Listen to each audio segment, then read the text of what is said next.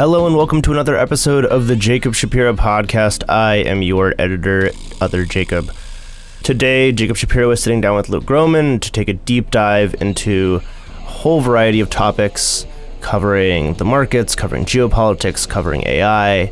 They talk about AI's potential for disruption. They tackle Europe's strategic weaknesses, the US's fiscal challenges, and how rare earth and supply chains have become critically vulnerable over the last couple of years. Finally, they take a dive into stablecoins and how or why they may become a tool for U.S. monetary policy. That's all I've got. Go touch some grass and tell your loved ones that you love them. Let's get into it.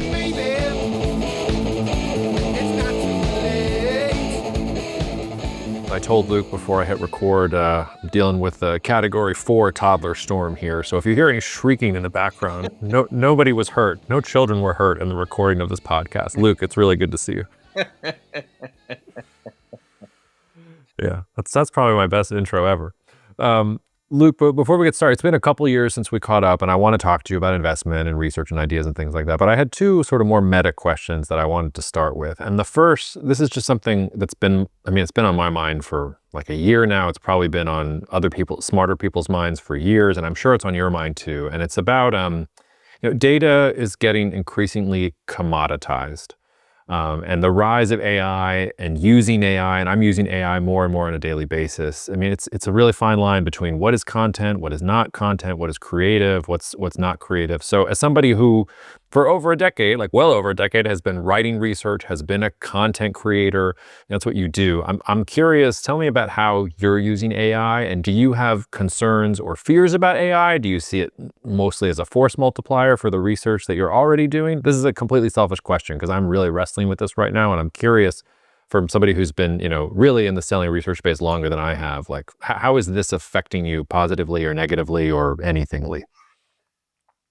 I'll start with a story. I was at a private conference out in Vail earlier this year, and one of the themes of the conference was AI. And actually, as we were out there, DeepSeek was launched, right? So that was sort of like a Sputnik moment for AI, where for Western U.S. AI people are like, oh, this is going to be our next Google. We're all going to get rich, and then all of a sudden, over the span of 40 hours, like, oh God, open source free. So one of the themes of the there were a number of different VCs and analysts talking about it. And in between, in the spaces of one of the presentations, I remarked to one of the I think it was an AI VC. I said, this is simultaneously both the most exciting and most horrifying thing I've ever seen in my 30 years in the investment business. Because some of the takeaways are, look, like we already have, you can use your phone, you take a picture of a spot on your skin, boom, AI far more accurately can read it cancerous or non-cancerous than a doctor. So this has the potential to do to wide swaths of white collar America what China did to wide swaths of blue collar America 20 years ago. And having been at sort of ground zero in the Rust Belt of Ohio, like I've seen how that works out. And that is, I don't think sort of coastal America, Washington, New York, LA, sort of these areas that were somewhat insulated from some of those from that dynamic. I don't think they know what they're in for on that front, possibly. As it relates to me specifically and how I'm using it, so that answer question, I do think it is a threat to what I do on some level, or what people do what I do. I've been using Google as basically AI for 10 years, right? It's like I get a thought, I put it into Google, I pull a thread, I put in another, so it's basically been sort of, the Google search line has been my kind of chat GPT prompt for 10, 11 years. And so on some level, it is a force multiplier. It is it serves it up in a much cleaner way. With that said, it does sometimes serve it up in a false way. You'll read something and I'll be like, I know that's not true. So there's still glitches to it on that front, but you can see if you've used it a bit, it gets cleaner and cleaner and cleaner, faster and faster. And so I think it's going to be very disruptive. I think, particular to what I do, I've always sort of had a pretty big sort of like intuitive component to what I do, which is to say, a traditional economist will say, well, I'm going to study this for 6 months and I'm going to get all my data points and I'm going to aggregate my data. I'm going to come to my conclusion. I'm going to write my formula. I'm going to write the paper. I'm going to get it published. And then it's the truth.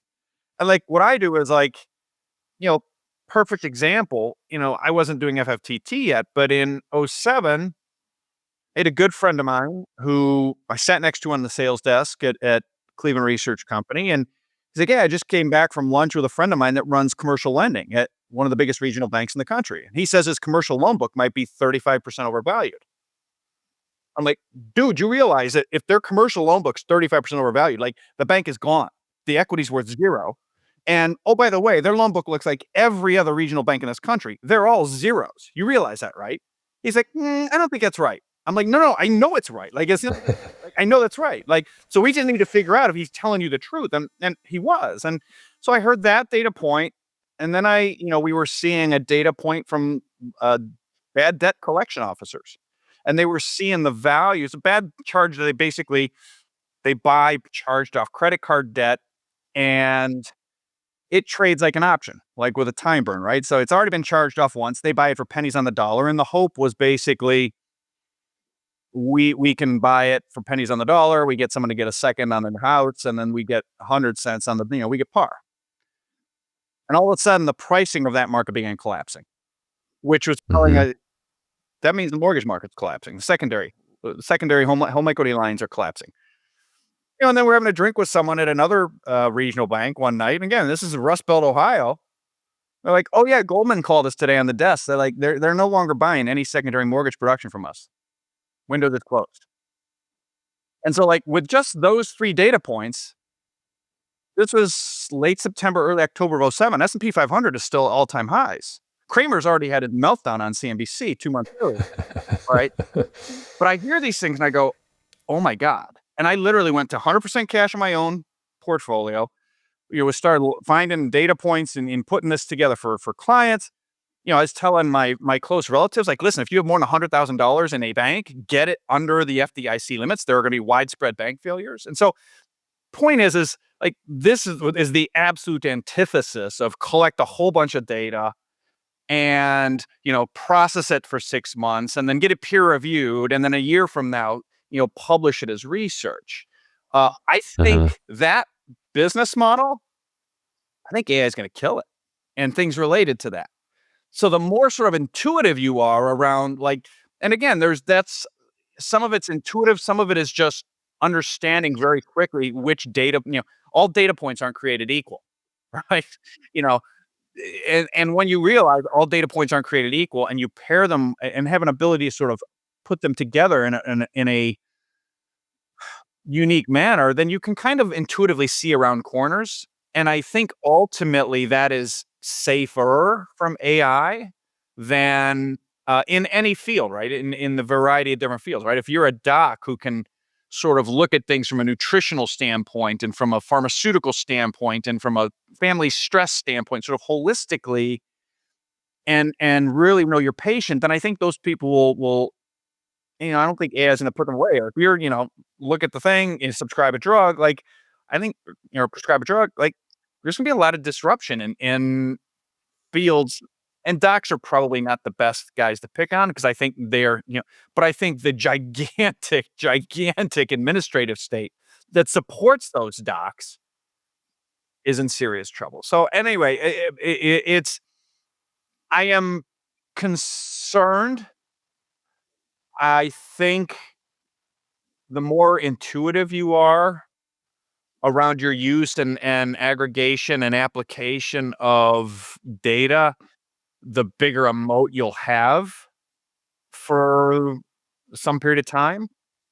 But it's a concern. I mean, it's a real concern for sort of, broader. I got 3 kids, they're 24, 22, and 19. And like, as a father, like I can see this thing coming for entry level jobs. It's a layup. And so it's already affecting the advice we've given our kids around going to school. Hey, like, look, if any of them could have gotten into Harvard or Yale, I would have certainly encouraged it.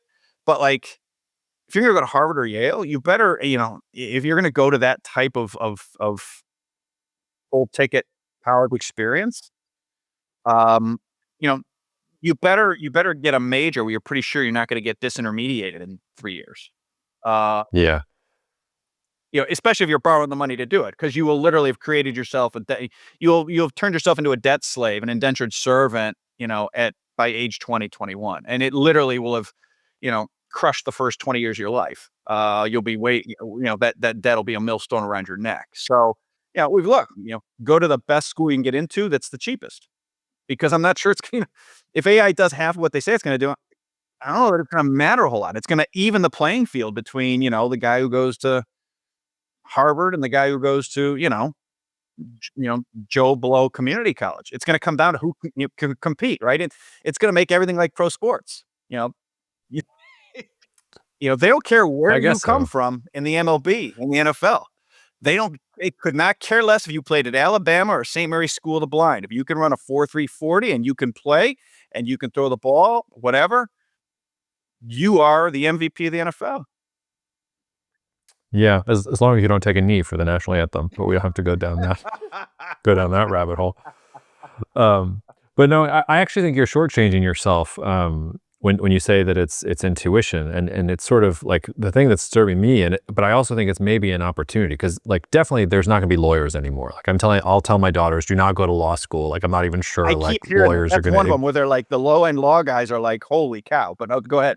Yeah, that's super clear. But I mean, in your example, you had three pieces of information, and you were able to draw the connection between them and build an analysis on the three pieces of information. But it seems to me that what AI is doing is there's so much slop out there. And when you think about the fact that like, in the next 12 months, more AI content will be generated than everything that's ever been produced probably in human history. I haven't fact checked that, right? But it feels Some like versions, that. yeah, some And you just can't, yeah.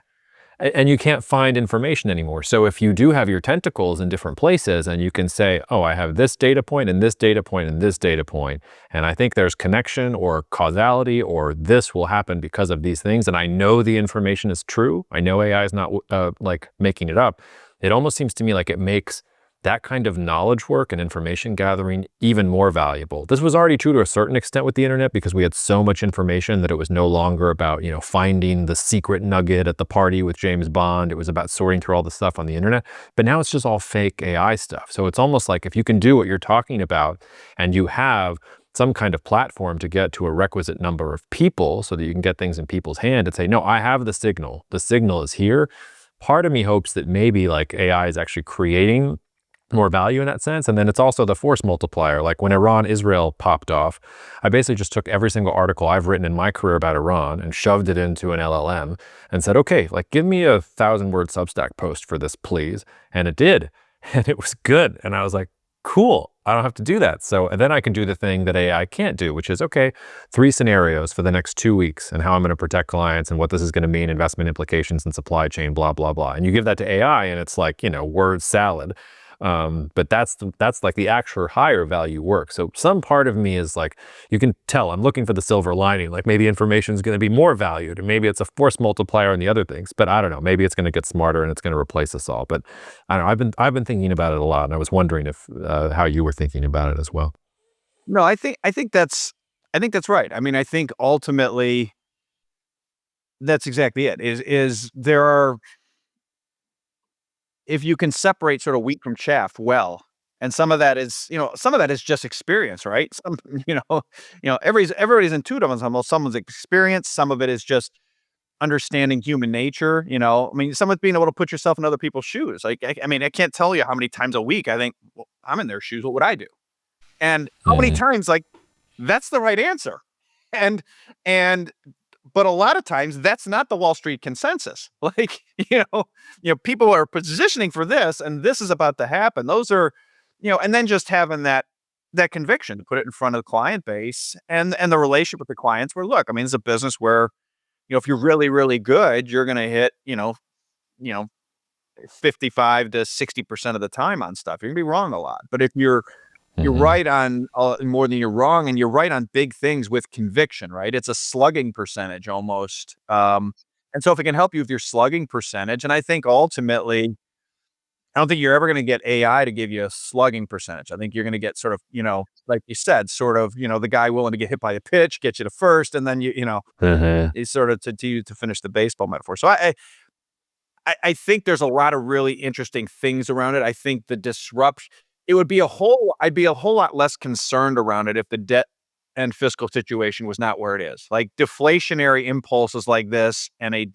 highly indebted, debt-based monetary system and banking system are fundamentally incompatible. And it just creates this, for me, it's like a feeling of like the early scenes in Jaws, right? Where a girl's gotten chopped up and a kid's gotten eaten and you still haven't seen the shark, but something bad's out there in the water. And you don't know how it's going to end. That's how it feels a little bit to me. Yeah. All right. Well, we're going to back into all that. Before we do that, one other meta question to start us off. It feels like a crazy year. Has anything truly surprised you this year? Or could I put you on the spot and ask you, like, what is one thing that you just stopped and you were like, WTF? Like, I didn't even have that anywhere close to on my bingo card. Have you had any moments like that this year? Or have things unfolded a little bit as you thought? Because I think in the long run, I think a lot of the things you've been saying for years are playing out like relatively according to how you've said them. So I'm curious if anything has stopped you in 2025 where you were like, no clue. Like, I don't know how to integrate that into what I've been thinking. Not really. Like I was surprised, but not surprised that the Trump administration, we've been saying, look, they need to, do their order of operations. And if they don't, they're going to have a crisis. And they didn't follow the order of operations, which was, look, you got to devalue the debt first. And then then after you do that, and run the economy hot, then you can sort of doge and term out debt, stuff like that. And they thought they could try to do, not do the order of operations. They got what we got in March and April and they backed off. And to me now their plan B looks sort of like our plan A. I've not really had anything where I was like totally WTF this year, but I've had sort of two WTFs that have kind of gotten us to, that are sort of on context for where we are today. The first one that really surprised me was Russia invading Ukraine. I really didn't think they were gonna. It didn't seem like they needed to. And I think some of that was maybe, naivete on my part to some of the things that were happening over some period of time along the border there, that the Putin in particular felt was a much greater threat to Russian sovereignty, et cetera. And I think the bigger WTF that I think we're maybe getting a bit of a denouement on with this European deal and the seemingly one-sidedness of it, if it is as advertised, is kind of the European reaction to that whole thing, which is just, I really thought they had more chutzpah, for lack of a better word, than they did. Like the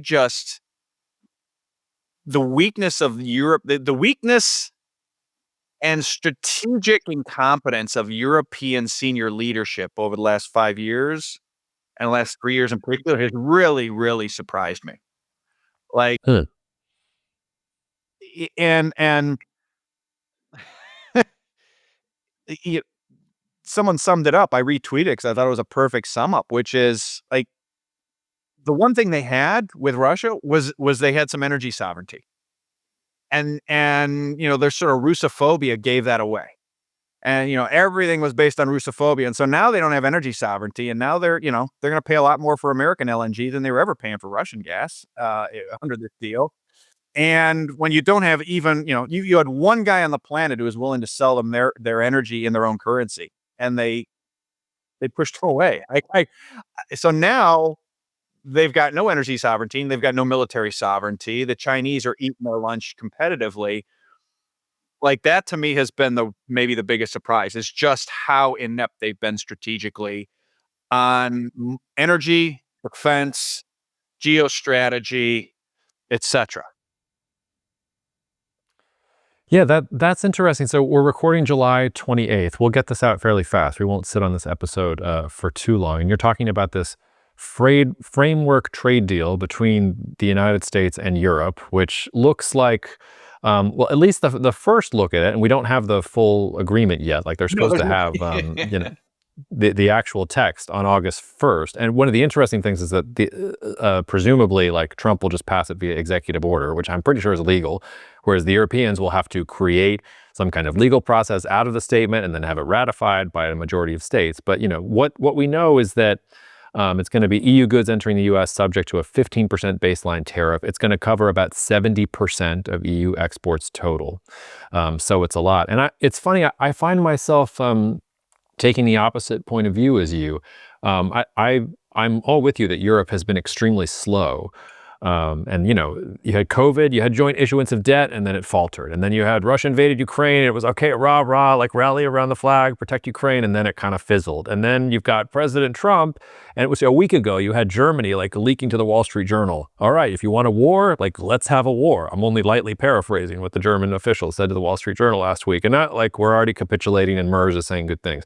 But two other data points that have happened around the same time. If you look at both non-military and military aid to Ukraine in 22 through 24 versus 25, Europe has stepped up. Like most of the military and non-military aid in 2025 going to Ukraine is coming from Europe, is not coming from the United States. So it took 3 years. That's longer than like you would have wanted it to, but like the machine is starting to wake up. Or consider that on the same day that we're getting this EU-US deal, whatever the heck it is, and we can get into that, the German government just approved a draft budget, which includes a record investment of over 125 billion euros, and then another borrowing of almost 200 billion euros for infrastructure and defense and technology. So you're absolutely right that and especially Germany is the poster child of this, right? Like bet its security on the United States, bet its energy on Russia, bet its exports on China. Every one of those things have blown up in their face. So they're entirely screwed. But when their backs are up against the wall, like, are they just going to lay down and take it like a dog? Or should we be on the lookout for the Teutonic Knights marching through the forest and the gears of German industry starting to churn sort of in the background? So it's been slow and piecemeal. I'll be the first to say it. But to me, it sort of looks like Europe was like, okay, we can have 30% tariffs or 15% tariffs. Sure, we'll tell him that we're going to buy way more energy than we purchase in a year. And sure, we'll invest in the United States and we'll buy some weapons that we were going to buy anyway. By the way, they haven't figured out the tariffs on the important stuff like wine and whiskey. So when they've done that, we'll know they're actually like taking things That's when the riot will seriously. really start. Exactly. And for me, like the French cheese, like, God, will you just leave the cheese alone, for God's sakes? But I sort of look at it and it's like, they're just saying, okay, like, fine, take your apprentice tariff PR victory, Mr. Trump. And in the meantime, over the next 5 to 7 years, we'll work on fixing all of these wrong bets that we made. I don't know, maybe that's too rosy. I can make I was this close at the end of 23 to like throwing in the towel on my bullish EU position and being like, these guys, like if they can't do it on Russia, Ukraine, and on COVID, like what the F are they going to do it on? But I just can't quit them quite yet. Well, and to be, when you say it like that, I guess there was sort of one WTF moment for me this year as it relates to the U.S. That particular, but this one happened this year. The prior WTF was more sort of context to this year, but that WTF moment was around Chinese rare earths and the vulnerability there, right? Like it's not like China weaponized rare earths against the Japanese 15 years ago. The whole world saw it. And then 2 years ago, the CEO of Raytheon was on record in the FT. Hey, we can't get away from China. Still nothing.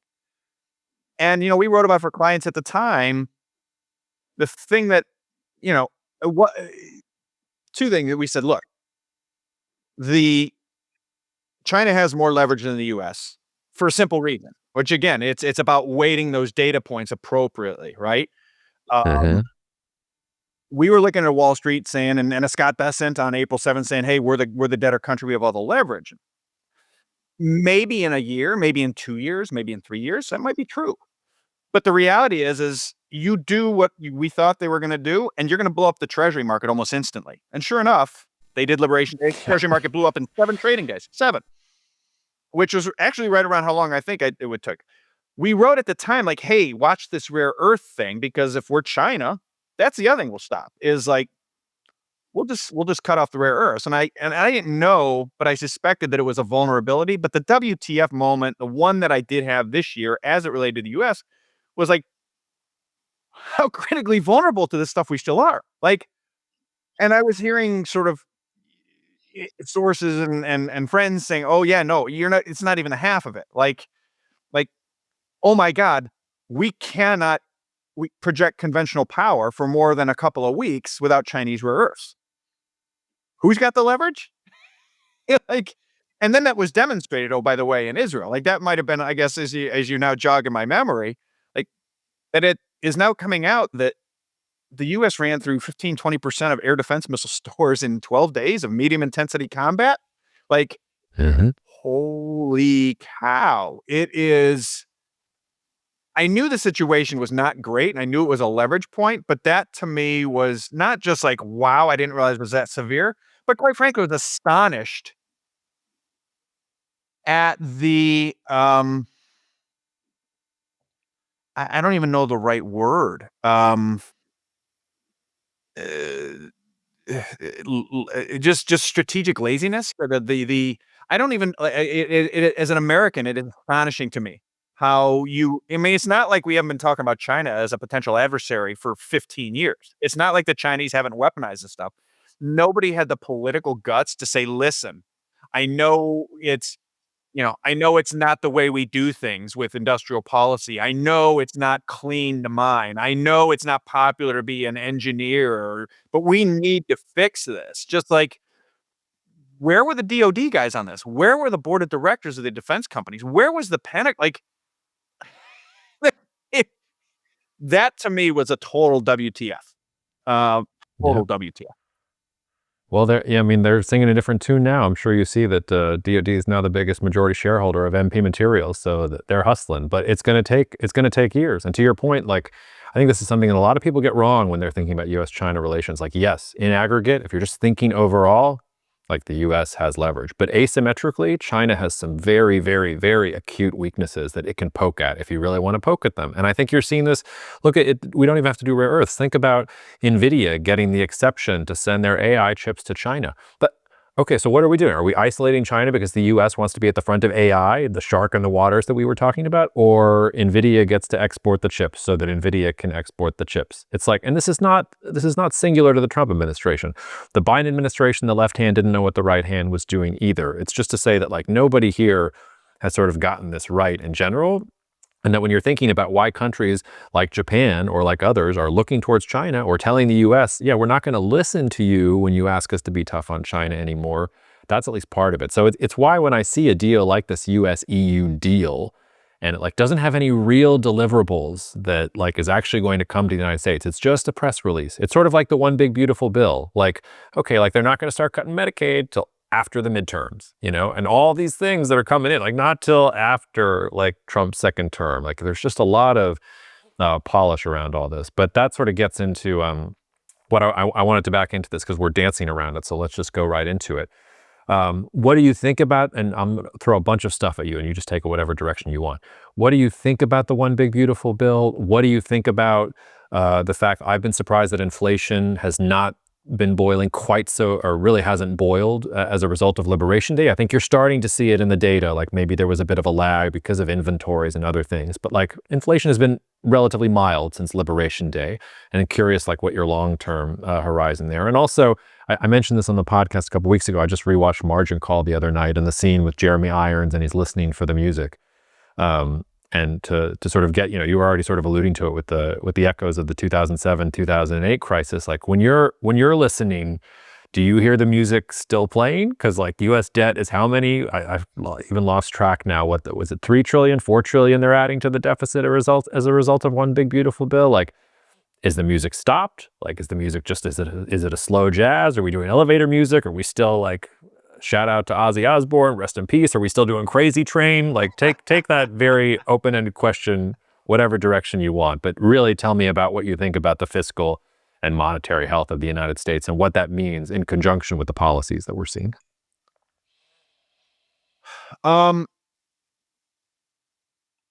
I think the one big beautiful bill is a nod first to sort of like and statements around it, right? When you hear Bessent and Lutnick and Trump say, "Hey, we're gonna grow GDP faster than rates on the debt," which is we're gonna financially repress bondholders. That's fine. That's the only way out of it. They should have done it from day one. I was a little surprised that they didn't from day one, but okay, whatever. In the grand scheme of things, shifting within call it 3 months, that's not bad, right? They've course corrected. I think the one big beautiful bill is ultimately a nod to that. We need to grow a bunch. Um, in a lot of ways, it is like you said. I actually wrote this to clients last week as it related to the Japanese deal, which is the U.S. in the present day is really good at big, flashy narrative announcements and marketing and really bad at execution. And the Chinese are really bad at narrative, marketing, flashy announcements, and really good at execution. And when the rubber really meets the road, the execution tends to win over time. Uh, I think the one big beautiful bill is a nod toward trying to grow nominal GDP faster than debt. I think it's an admission that they can't cut anything that matters. One of the things we said with the whole Doge thing, we're like, this is stupid. When they talk about 2 trillion, then 1 trillion, then look what the United States government is spending money on. You know, number one, 70% of all-time high receipts are going to entitlements. Another 25% are going to the gross interest expense. Another 8% are going to Veterans Affairs, right? So right off the top, that's 104% of all-time high receipts that are spent on interest and interest-like obligations. You're broke. Like, cutting is not an option first. Like, the first thing you have to do is basically restructure your debt, get a new deal with your lenders. And I think that might be what stablecoins is about, which you can touch on, which is basically a soft form of yield curve control. But you got to restructure your interest payments, term them out, cut the rate, whatever you got to do, and then grow your business bigger so that your interest obligation is smaller, inflate. And then you can talk about doing things like Doge and stuff, right? So I think one big beautiful bill is a nod in that direction. I am that to the second point on inflation. I am somewhat surprised that it hasn't picked up more. Um, I am somewhat cynical that I think each administration from both sides of the aisle have been increasingly manipulating the numbers. Even Larry Summers said, "Hey, if we calculated inflation as we did under Oken back in like 81 or 82, inflation would have peaked in 22 or 23 at 18%, not 8." So, yes, inflation is tame, and yet home prices are at all-time highs and rising faster than they were from '03 to '05 when we had a housing bubble. And we did, to be clear, we had a housing bubble. But but prices are rising faster today than in homes, with rates having gone from 2 and change to 7 on mortgages, and with no inflation. Stocks are at all-time highs. I can't think of anything I'm paying that I have to have in my life that I'm paying less for. Yeah, whether that be education, whether that be insurance, health insurance. Like, there's very little that's declining in price. So, like, I've been surprised that the headline numbers haven't been higher. Maybe it's a lag issue. I certainly think it's gonna be it's gonna go higher for a simple reason, which goes back to the first point, which is what we call true interest expense. Entitlements, interest, Veterans Affairs are over 100% of receipts. Like, that puts you in a print or default type of choice, and they are never going to cut any of those things. And so ultimately, they won't technically print. It'll be liquidity this or BTFP that or whatever. But there will be liquidity injections to sort of maintain and stabilize the treasury market, and that's inflationary ultimately over time. In terms of where are we on the music, um, I think, to use the metaphor, I don't think the music's gonna stop. I think we're gonna go from a waltz, or maybe we already have, from a waltz to, or maybe and I used to play the trombone, and it's I forget, right? But where maybe we're going 1, 2, 3, 1, 2, 3, 1, 2, right? And it's going 1, 2, 3, 1, 2, 3, 1, 2, 3, 1, 2, 3, 1, 2, 3, 1, 2, 3, Yeah. and pretty soon we're just gonna be like a rock concert where it's just, we're in 1, 2 time because we're moving that fast. So Um, and what I mean by that is like, my friend Lynn Alden says all the time, nothing stops this train. Like you look at the obligations where they are, we're at 105% of receipts on this, just the interest and interest like obligations. And receipts are highly sensitive on the margin to stock prices. So stock prices fall from just 20% and stay down for 6 months. Your receipts are going to fall through the consumer spending link. And then things get really interesting because you're going to get into a recessionary like environment where rates are rising in America. Now, I mean, people in emerging markets see that happen all the time. They would call that normal life. But Americans would, in a recessionary environment where rates go up, people's head would go, "Whoa, what's happening?" And we started to see glimpses of that in downturns regularly over the last 5 years, increasingly rapidly in downturns in the market, right? Even in March, we said to clients at the time, like, look, sure, you're going to get, if Besant really does take pain and stocks fall, yeah, you're going to get a brief decline in 10-year yields, but then they're going to start going up fast. And that's exactly what happened. And a lot of traditional Wall Street guys are like, what's happening here? It's pretty simple. It's like the net international investment position of the U.S. is dictating that. So, in terms of the music stopping, the music stopping for me is needs to be thought of in terms of nominal and in terms of real, right? Like the S&P's up this year in dollars and it's down in gold and it's down a lot in Bitcoin. And Yep.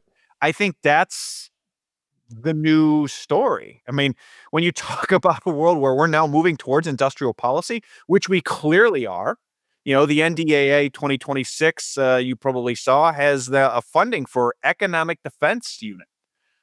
And where basically they can do whatever the hell they want in the name of creating and maintaining economic competition and advantage as it relates to military affairs. Well, give me that in a blank check and I will I'll become the world's biggest venture capital fund in a big hurry. And I think that's what DoD, Yeah. like this MP materials, like everyone's kind of like, oh, this is interesting. I think after they do another 1 or 2, 3 of these deals, which I think they're going to do in short order, Oh, yeah. and then they're going to probably cram down all the Chinese shareholders within it. Be like, hey, you used to own 5% of MP materials, China, which they do. Here's your check. Get the F out and go home. That's going to start kind of start to illuminate the new rules. Like, I think the markets are starting to play by the new rules, which is long-term bonds are crap on a real basis. I mean, you're going to get paid every dime you rode, but you're just going to lose money every year relative to stocks, relative to inflation, relative to gold, relative to Bitcoin. I think stocks are going to go up most years because they need the tax receipts to cover the interest and the entitlements. And interest rates are going to be, I think, lowered regardless of what we're seeing. One way or another, they're going to get them lowered. I think that's what the pressure on the Fed's about. People are like, well, the economy's fine. Why are they pushing? I'm like, it's not about the economy.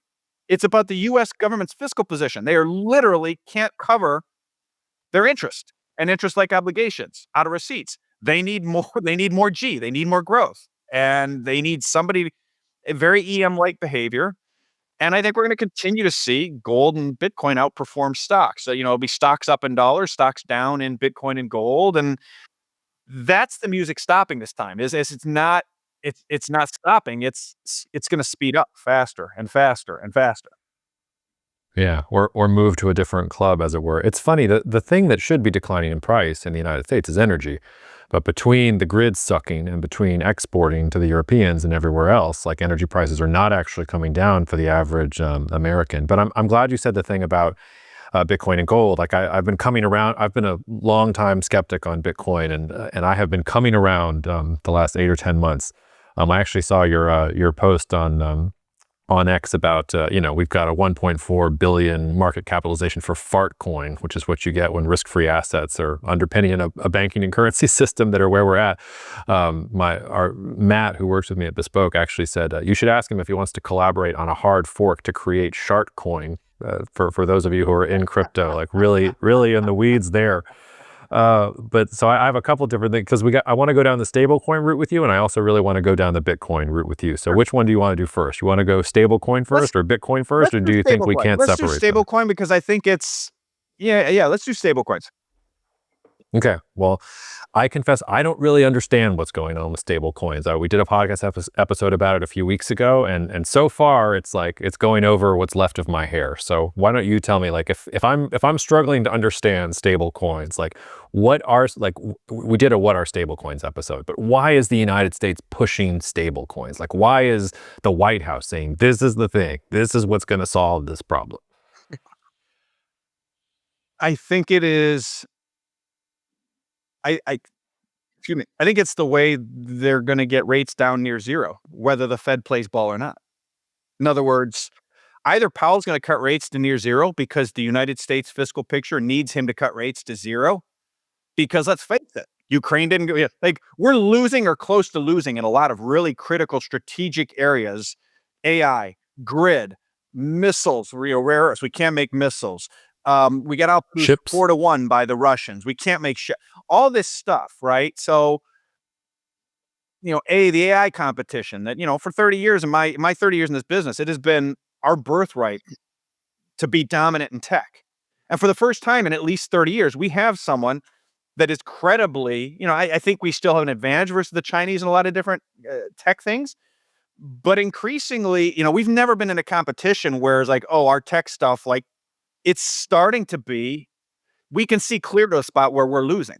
I don't know that we're losing yet, but you can see clear to that. And so the U.S. fiscal situation is already bad. We need to do industrial policy where we just like brute force this stuff. And Powell won't play ball because he's, dogmatically sticking with his mandate. But his mandate was for a unipolar world where, we didn't care about what inflation was running during the Vietnam War. They beat the heck out of Arthur Burns, and he did what he had to do during the Cold War. And the 70s wasn't exactly going really well for the U.S. in the Cold War, right? And the 60s either, for that matter. And it wasn't like, well, hey, inflation's a little hot. We need to lose the Cold War if we have to, but we have to maintain the real value of bonds. And yet, that very attitude is the prevailing attitude on Wall Street, which is like, oh God, the Chinese are catching up. We have to maintain the real value of bonds. The world ends if Powell cuts rates and gets political. Like, no. So I think stable coins are in essence, and I don't know exactly how they're going to do this, but they're basically to anesthetize the long end of the bond market. In other words, like we are going to, one way or another, get rates to zero. And if Powell won't do it, then I would expect to see some sort of regulatory changes where Beckman comes in, or maybe Trump signs an executive order. And again, I don't even know if it's legal. It probably isn't, but who cares, right? I mean, like that hasn't stopped us doing anything we want to do for some time. And they're going to say, look, listen, Mr. Big Bank, unless you start issuing more of these stable coins and then backing them with T-bills, you might fail your next stress test. And this is like real Argentina-like stuff. But again, we're in an Argentina-like fiscal position. So like when you play Argentina games, you're going to get Argentina prizes. And then on the backside of this, and I hear credible rumblings, this conversation's already happening. Once the stablecoin market gets big enough, because in theory, then that's sort of a windfall to the stablecoin issuer, right? So Goldman creates a bunch of stable coins, gets backstopped with T-bills, and now, like Tether is today, the stablecoin pays zero to the stablecoin holder, and Goldman collects a 4.5% coupon in T-bills. I think what they're going to do on the backside of that, again, some sort of regulatory forbearance, executive order, whatever, is we are creating a special class of American T-bills. They are not going to yield the current market rate of interest. They are going to yield 40 basis points. And in the same way, we have a special class of treasuries that go into Social Security, right? Like Social Security can't sell a Social Security treasury. They have to issue it back to the government, who then has to borrow the money, issue Social Security. So I think what they'll end up doing is like, look, if you don't cut rates, Fed, we're just going to do this. And to be clear, Fed, they need the Fed to cut rates, not for the economy, not for employment, not for inflation, because the fiscal situation needs it. And the U.S. is losing in some areas and close to losing in some others. And they need to brute force industrial policy like yesterday. And so I think that's Yeah. what they're doing. And so I find it fascinating. There's sort of this debate around most of the debate around stablecoins I see is based on like the lens of the last 40 years. And the last 40 years are dead. Like that was a unipolar moment in history and it's over. It's over. And when you look at sort of what has happened to the real value of bonds when the US has been in outright war or in great power competition, like they've been crushed on a real basis. And so that's what I think stablecoins are for. And secondarily, like there was a great quote by Charles Gav. He was on Macro Voice in Mhm. 2018, and I've posted this once upon a time, maybe a couple times on my X feed. But he said, "Look, the Chinese are using gold as their reserve asset, basically using gold to gain the ability to buy marginal amounts of oil and other commodities in their own currency, and then they net settle it in gold. And so ultimately, we'll be able to tell who's winning and who's losing because if you look at the price of gold over the long-term treasury bond. And if the long-term treasury bond, which is a competing asset to gold, rises versus gold, then America is winning. And if gold rises versus long-term treasury bonds, then China's winning. And the Chinese system is winning. The gold as neutral reserve asset is Yeah. winning. And he said that in May of 2018. Gold has won by knockout. It has killed the long-term treasury bond. It's like not even close. It's up like 4x in 5 years, 7 years. So the Chinese stood up gold as their neutral reserve asset. The problem with gold, and I think the U.S. wants a neutral reserve asset. It's good for us, right? You go back to um, Ance's comment to Powell in 2023 about the resource curse of the dollar as it's been structured. Like the reason we are getting beat in these critical industries, the reason we don't have words is we make dollars. We have dollar Dutch disease. We make and export dollars and everybody else makes everything else for us. And that's no longer working. Well, the fix to that is a neutral reserve asset. Gold could absolutely be the case. It would require a much bigger, higher price of gold. That would weaken the dollar. There would be some things we could do with revaluing gold and buying down debt. It would work. But the Chinese have stood up gold as sort of their neutral reserve asset, and it is won by knockout versus long-term treasuries as the world's reserve asset. You can see it at the central bank level. You can see it at price. You see it a number of different ways. The problem with gold is it really is a neutral reserve asset. The, Yeah. and I would say the problem with gold is like, it's not a problem in my eyes, but in certain eyes in Washington is a problem. And the other issue, and I can see this one, is that we don't make as much gold as, say, China does or say the Russians do. There's some advantages they have there that we would be giving up by simply ceding that. And so and on the other side, if you use stable coins, there's obviously the connection to T-bills with stable coins that gold doesn't have. And whether you want to say it's a chicken and the egg, it's a chicken and egg debate around stable coins and Bitcoin, and this is a perfect segue into Bitcoin. But basically using the correlation between stablecoin market cap and Bitcoin market cap is very positive, and it varies in terms of multiplier. But when stablecoin market cap is going up, Bitcoin is going up, and vice versa. And so, ultimately, to my eyes, the stablecoin side creates demand for T-bills, and in so doing, sort of stands up Bitcoin as a competing neutral reserve asset to gold, right? So if gold is the BRICS currency and has knocked out treasury bonds, long-term treasury bonds, which it absolutely has, then we need a new reserve asset. What do we want to use? It's, I think stable coins with Bitcoin. And now you look at the chart of Bitcoin over gold over the long term, Bitcoin over gold long term Bitcoin has knocked out gold. Now, last 4 years, it's a draw with very high Yeah. volatility.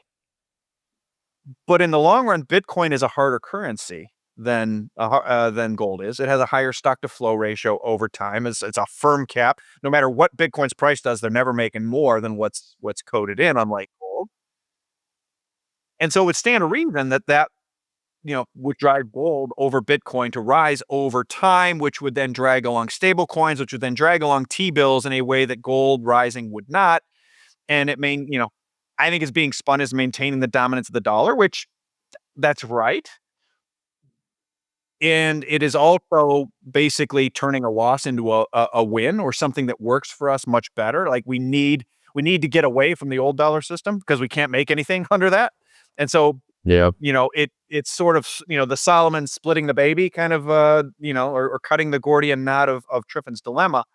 Uh, that's how I see stablecoins. I think most people are starting from the wrong direction with stablecoins of like, well, what value do they bring to the consumer? How are they good for the banks? Nobody gives a shit. That's not what this is about. It's the U.S. is broke. The U.S. interest expense is above its receipts. It needs to financially repress the heck out of bondholders. It needs to anesthetize the long end of the curve. It needs to reduce long-term issuance. It needs to move to the front end, and it needs a neutral reserve asset that's better than gold. Yeah. Yeah. All right. Well, I want to talk to you for another hour, but we don't have another hour. So let's go into Bitcoin a bit, and then I'll close off with a question. I said I've been coming around on Bitcoin. Oh, and by the way, before we get there, I guess it makes sense that we have somebody so experienced with bankruptcy in the White House right now. It sounds like that might actually be something that's useful, and your explanation of stablecoins was very helpful for me, and also sort of crystallizes that. But as I get more constructive on Bitcoin, and my business partner, Matt, who's been on the podcast, has told me before, everybody gets Bitcoin at the price they deserve. Well, the geopolitical analyst deserved it at about 108,000. So there you go, putting my flag right there. But as I start to get constructive on something, I start thinking about, okay, well, how could this go wrong? And so I'd like to ask you about Bitcoin, but I sort of see two long-term problems for Bitcoin. The first is technological, which is it quantum computing? Is it some kind of cryptographic advance that we haven't even thought of yet? It seems to me that there is the possibility of some latent threat that could make Bitcoin, that could undo Bitcoin. It probably doesn't happen in the next 5 years, probably doesn't happen in the next 15. But if you're advising somebody generationally, do you feel comfortable holding Bitcoin for 40 years and not looking at it anymore? Or like, is there something there? And then the other threat is sort of political and cultural. Like politically, like it's sort of careful what you wish for. Let's say we go down this whole rabbit hole and Bitcoin becomes exactly what you think about, but the US government can't control Bitcoin no matter how like wonderful stable coins are and everything else. So do they get to a point where they start repressing the developers and the miners, or making it really hard in some ways to use Bitcoin or as a store of monetary value? Culturally, do people look at fart coin and Trump coin and all these other stupid coins and say, hey, the political class just figured this out and it's corrupt. Like they are saving themselves, as you talk about the deflationary spirals and AI. I can't find jobs, but they're charging how much for dinner with the president of the United States because he was in front on this coin that doesn't mean anything? And could you see like a cultural or political backlash to Bitcoin where it becomes, ironically, something that is associated with the elites, which is the most fascinating thing that's happened to me in the last 8 to 10 months. Like Bitcoin went from being, oh, the libertarian maverick sort of asset to the Trump White House being like, we are in the Bitcoin business, baby, and we're in it for the United States, but also for the Trump family. So come on in. So, you said Bitcoin was the harder currency. How do you think about those negatives? Is there one that I haven't thought of? And how do you like, just take that any direction you want, because that's what I'm struggling with right now. So the quantum thing is one of these things. That's been a concern. It's been around for a while. And it doesn't mean, it isn't valid. I think it is valid on some level. I, to be blunt, don't have the training to know.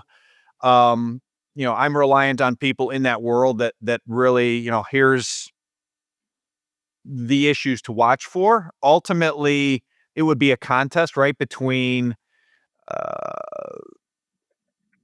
quantum sort of breaking, some of the, being able to sort of break the block, versus quantum being used to defend against quantum. That too. And that is above my pay grade in terms of the science or the technology of it. But I think it's a valid concern still. I think it gets less valid over time, but it's something encouragingly the Bitcoin developer community is worried about, which suggests to me that there's that they'll be on it if they need to be. The the political side of it, I think it's ultimately, yeah, I have a hard I'm kind of having a hard time kind of thinking about how. It's a good question then if you're hemming and hawing. That's good. I'm glad I'm not the only one. It's interesting when I was at the Bitcoin conference in July of last year, and I spoke there, and I participated in a podcast, and somebody on that podcast had been the host had been at a party the night before, and said, we were with a very famous person whose father knows Trump very well, and Trump had orange pilled, so to speak, this person, and is telling him, well, Bitcoin's the new oil.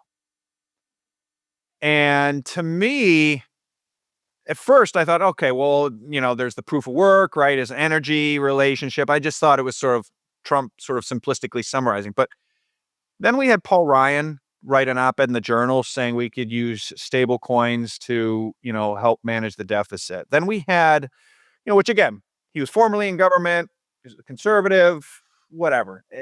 Interesting, but not that. Then we had the Treasury Borrowing Advisory Committee, or TBAC. In October last year, in their quarterly report, they had a supplement around digital assets and how that can create demand for U.S. Treasury T-bills.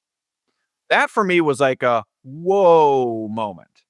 Bringing up stable coins, talking about it being a $2 trillion market by the end of the decade. Then they brought it up again in another supplement in their January 2025 quarterly report.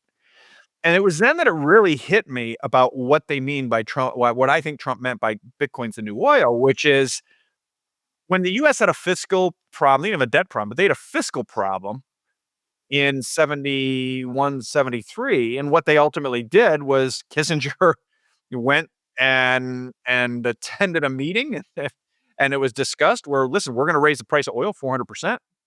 There's a famous quote in the Shah of Iran. Someone was asked, like, why are you raising oil 400%? He's like, I don't know. Ask Henry Kissinger. And oil was made big enough to basically back U.S. deficits through the petrodollar deal. And that's what I think Trump means by Bitcoin's the new oil, which is this stablecoin initiative, I think, is really about making stable coins, and by extension Bitcoin, sort of the new oil, which is they're going to be made big enough to sterilize U.S. deficits. And so from a political standpoint, I think that the Trump administration really wants, they really want it. They really need it. They need something to sterilize deficits. And they want it in a way that is not going to be inflationary, right? Like the problem with using oil to sterilize deficits, of course, was that inflation went through the roof. And it creates real issues in terms of your industry, right? You jack up. Well, if the price of Bitcoin goes from 120,000 to 1.2 million, let's just say crazy number. Who suffers, right? What real economy process is broken down by Bitcoin at 1.2 million versus 120,000? It's not used for anything. Same thing can be said for gold, right? Ultimately, there's a few minor industrial applications, but if gold went from 3,400 to 34,000, so if oil goes from 65 to 650, bond market's going to crash, real economy's going to crash, inflation's going to go through the roof, bond market, right? If you use silver, you couldn't do it, but if you use soybeans and corn, if we try to balance our budget with, China on the back of soybeans and corn, soybeans and corn are going to be out $40 a bushel, probably more. And literally like 6 billion people in the world are going to starve to death in the next 4 months. But if you have to, when you want to rebalance things that are so imbalanced, you need a neutral reserve asset to inflate to the moon that isn't used for anything. And you can use gold, but if you use gold, there's no connection at all to the dollar. If you inflate the heck out of Bitcoin and it drags stable coins along, which are and then you just spin it as, hey, this is maintaining dollar dominance. And it's doing something we needed to do anyway, which was move to a neutral reserve asset, because it will weaken the dollar, the price of the dollar. It will allow us to begin competing again and making stuff. But that's when I think about the politics of Bitcoin, I'm more focused on that. I agree with some of the, for lack of a better word, some of the shitcoin stuff, right? Like I think, as a voter, I think I'll be diplomatic. I don't think it befits the gravitas of the office for him to be issuing, shit coins. I don't see how that makes a ton of sense. But Bitcoin, I think, is in the national interest of our country, as a neutral reserve asset that will then allow the dollar. It will do two things. It'll weaken the dollar against the yuan. It'll strengthen the yuan against the dollar. It starts to incent us to be able to industrialize having a neutral reserve asset, be that gold or the Bitcoin, and it stopped the Chinese from being able to be mercantile. All right. Well, I've already taken you longer than I should, so we're going to close out. This is a new segment, and you're my guinea pig on this. And you'll have to come back on because I have like 5 million other things to talk about with you with that. But I'm going to digest it and ask. Okay, so you have $1 million and a 20-year time horizon. You can pick one thing to invest in. What are you investing in? And by the way, while all this has been going on, folks, my daughter decided to fight her nap. It's usually noon. She fell asleep about 10 minutes ago. So as I've been talking to Luke and looking at his face, I've also got the monitor here watching to make sure that she's not launching herself out of her little floor bed. So she's fine. She's asleep. I'm good. That $1 million 20 years from now for my daughter who finally went to sleep. One asset. What are you picking? Translation: Luke, put your daughter to sleep. Hey, it's good. I get plenty of people tell me they listen to this podcast just to fall asleep, and I consider it a compliment. Don't worry. One asset alone, and I don't have to One touch it thing for 20 years. I probably actually do put it in Bitcoin. But I would, practically speaking, I would put it in probably half Bitcoin, half gold, because I'm not getting any younger, and who knows, Bitcoin's volatile. But if I only had one, yeah, it's probably what I would do based on what I'm seeing out of how I think the U.S. government's using this asset. Okay. Yeah, it's funny. At the beginning of all my presentations, every month I've been updating a chart that shows year-to-date performance of Bitcoin, gold, S&P 500, Treasury yields, U.S. dollar. And it's funny, until about 2-3 months ago, like year-to-date, gold was the pretty girl at the dance. And now the last month or two, it's been Bitcoin. Mm-hmm. And the silence that goes across a room when that chart goes up and people process like, oh, I thought I was doing good this year, but I'm not doing good this year at all.